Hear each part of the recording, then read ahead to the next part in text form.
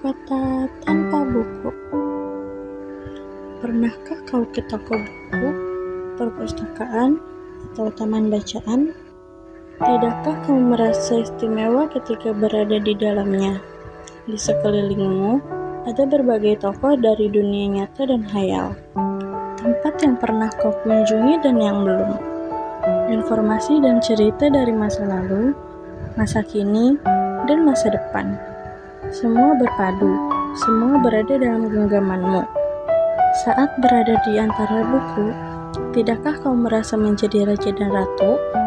Ruang dan waktu seolah menyatu tanpa batas.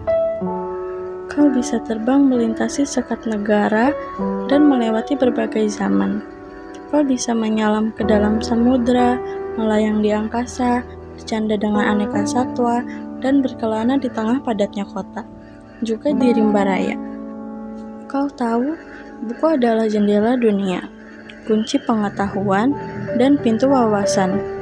Muhammad Hatta, sang proklamator, berkata, "Aku rela dipenjara asalkan bersama buku, karena dengan buku, aku bebas."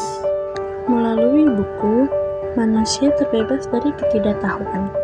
Tempat-tempat yang dipenuhi buku adalah harapan perkembangannya, pengetahuan, dan wawasan. Apa jadinya jika kota tanpa buku? Pantaskah dia disebut kota?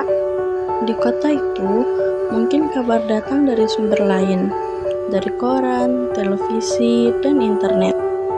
Mungkin informasi dan cerita datang dari nenek moyang, bagai dongeng-dongeng sebelum tidur. Irama warganya pun tiada beda. Bangun pagi, bertebaran di muka bumi untuk berbagai keperluan. Untuk kembali pulang, siang atau sore harinya. Setelah itu, mereka berangkat tidur dan memulai lagi hari berikutnya. Semua serupa di kota itu. Mungkin ada bangunan bernama perpustakaan di dalamnya. Buku-buku berderetan dalam rak yang tak terjemah. Tiada tangan meraih dan membuka halaman demi halaman dengan sukacita. Mungkin juga ada tumpukan buku di sudut-sudut sekolah yang sepi dan berdebu. Jarang dikunjungi, jarang dibaca. Buku-buku di sana terengok tanpa nyawa. Bagaimana dengan kotamu? Mungkin kau tinggal di tengah kota yang megah, atau di gang sempit, di desa terpencil, di pesisir, atau di kaki gunung. Adakah perpustakaan, taman bacaan, atau toko buku terdekat di rumahmu? Jika ada, apakah tempat itu menjadi wadah perkumpulnya anak-anak dan warga?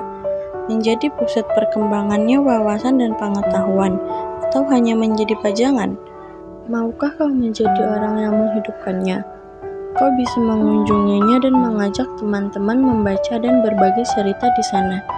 Jadikan tempat itu sumber kegembiraan dan pengetahuan. Jika tempat itu belum ada, maukah kau menjadi orang yang mulai menghadirkannya? Kau bisa memulai dari sebuah sudut di teras rumahmu. Ajak teman-temanmu melalui langkah baru. Jangan biarkan waktu berlalu tanpa buku. Siapapun dirimu, bersahabatlah dengan buku. Dia akan menjadi teman setiamu sepanjang waktu.